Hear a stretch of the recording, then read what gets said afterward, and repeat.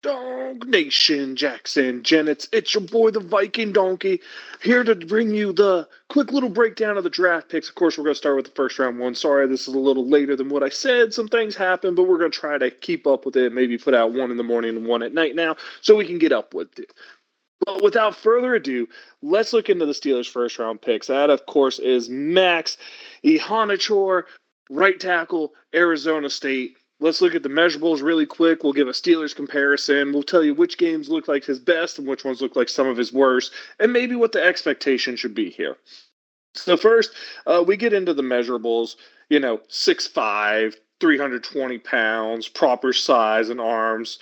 Kind of really fast, ran a 4.91 40, so faster there. 25 on the bench prep, not the strongest guy, but still really good physical frame there when you look into the measurables. That's what you want to see in a first round pick. However, the game tape shows a lot of lacking placements with the hands, footwork that can be a little sloppy at times.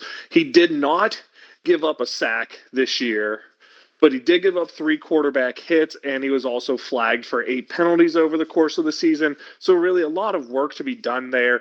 More of a second-round guy, and ironically, the comparison I'm going to give was a second-round pick for the Pittsburgh Steelers. So that's kind of, I thought, a unique way to look at that. But, I mean, you look at the measurables, you look at the stats, they're not terrible, but they're not really what you want to look for in a first-round guy who's gonna stick at right tackle. He's not, or move inside. He's definitely not going to be a guy who flings over and plays left tackle unless something crazy happens.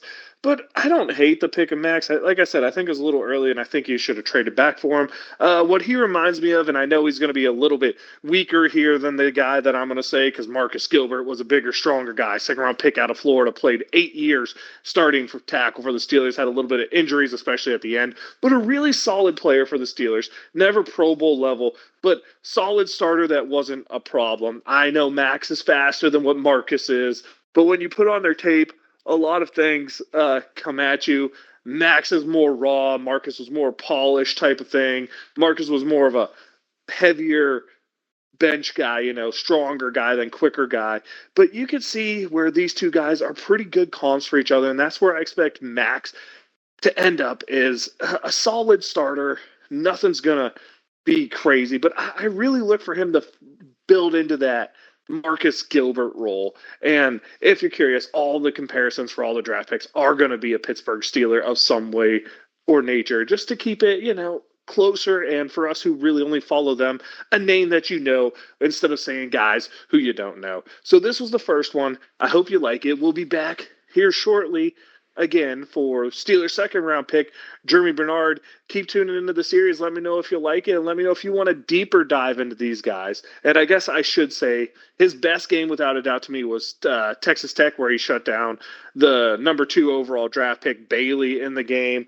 And for me, what would be the worst game for him out of the ones I watched? Probably one of the middle ones, like Arizona and Oklahoma State, were really bad games, if you want to put on those tapes and see the good, the bad, to mix it in. But thanks for tuning in. Be sure to tune into the next one, as we have a good breakdown coming for Jeremy Bernard.